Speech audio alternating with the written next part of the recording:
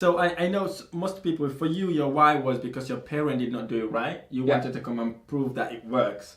And what probably motivated is seeing that money underneath the telephone, saying, they're making that money without really getting involved. So that also drives you to actually say, probably properties is for you. But then when did you start to look at, because 2008 actually is when my coach started investing. Mm-hmm.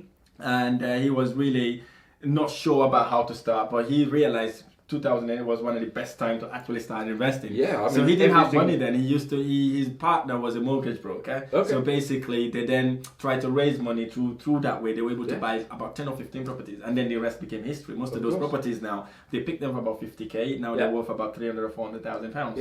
So that's when they started. So for you then, in terms of the property journey you've been into, what sort of deals have you done or you're currently doing?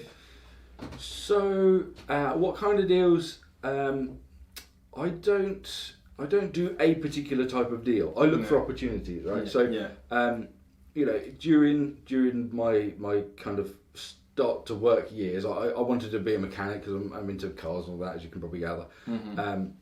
And I see strategies as kind of like my toolbox, right? So, if someone's saying I'm doing HMOs, it's like, well, yeah, but if a deal comes along that's not HMO, are you going to miss it? Yeah. And to me that's kind of like I'm going to fix every car with a spanner, or maybe it needs a screwdriver. Yeah. So the strategies are in my toolbox. Mm-hmm. Now the opportunity will come along, and I'll look at it and I'll go, okay, which is the best way to make this profitable for everyone involved? Yeah. Because if you're fixing a problem, you're creating value, and then when you create value, you get paid. Of course. Which is the fundamental kind of property business, I don't know, blueprint, if you like. So for me, it's about how can I make this work? Mm-hmm. So if I talk about one of the properties that I've just actually sold, I sold it before the weekend on the first day to a cash buyer for the full asking price. Very nice. So the mortgage was coming to an end with the current owner.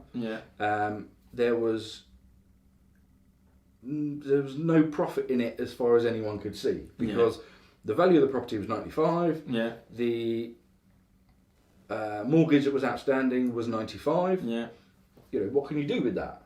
Wow. It'd been on the market for 18 months.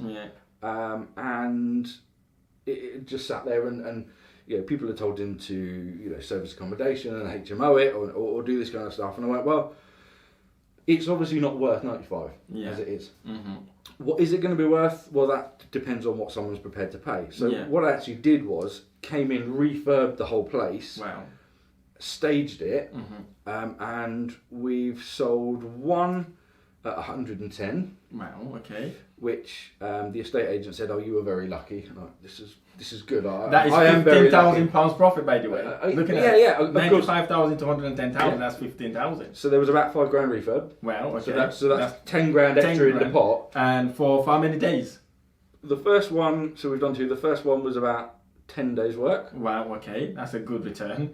And the one I've just completed is 4 days work. 4 days work. 4 days work. And you made 15,000. No, well, I shared it. Okay. I'm always total. Yeah. So the one we got now, we actually pushed the market even further. Yeah. So nothing had ever sold above 95 grand for as long as I looked back. We sold one at 110 and the other 120. Wow. Okay. So what I look at is take out the refurb cost. How far can we push the market? Mm-hmm. What's realistically achievable? Mm-hmm. And if we achieve that, what's fair for everyone? So I actually split the uplift with the owner. Yeah. So the one I literally sold before the weekend was we've got an extra 10 grand, so it'll be 5 grand each. I spent 4 days doing it. And so basically, this one he paid for the refurb, which is just delicious. In 4 days you made 5k. Yeah. Right. In the other property, 10 days you made then about maybe 7.5k. Yeah, something like that. Because it's 15,000, right? Taking the 5,000 up, say 10,000, so you made £10,000 in about 14 days, basically. Yeah. Right. Wow. Well done for doing that. And those are the opportunities that come along that maybe no one else can see. And I just go, do you know what? For the sake of doing a little refurb, because I've got quite a lot of contacts and stuff to do refurbs now, so I can do them fairly cheaply and still have an amazing standard. You can tell by we're selling them above market rate. Of course. for me, it was worth taking the risk to put money in to just test the market because I like really pushing the market. Yeah, I think personally, Josh, it's not about taking the risk. I think for me personally, looking at that story, it's about you being able to think outside of the box, so to speak, definitely. Because you said the property been on the market for 18 months, nobody has bothered to actually do anything with it. Yeah. And if you walked in and you start ripping out floors straight away, so it's you thinking about, okay, we can achieve this amount, but we need to do X, Y, Z, which the owner wasn't even thinking about. Oh, so I'll tell you, the owner was horrified that I started ripping his flat out. So the first one I did, because I hadn't worked with them before. They were a little bit unsure about what I was doing.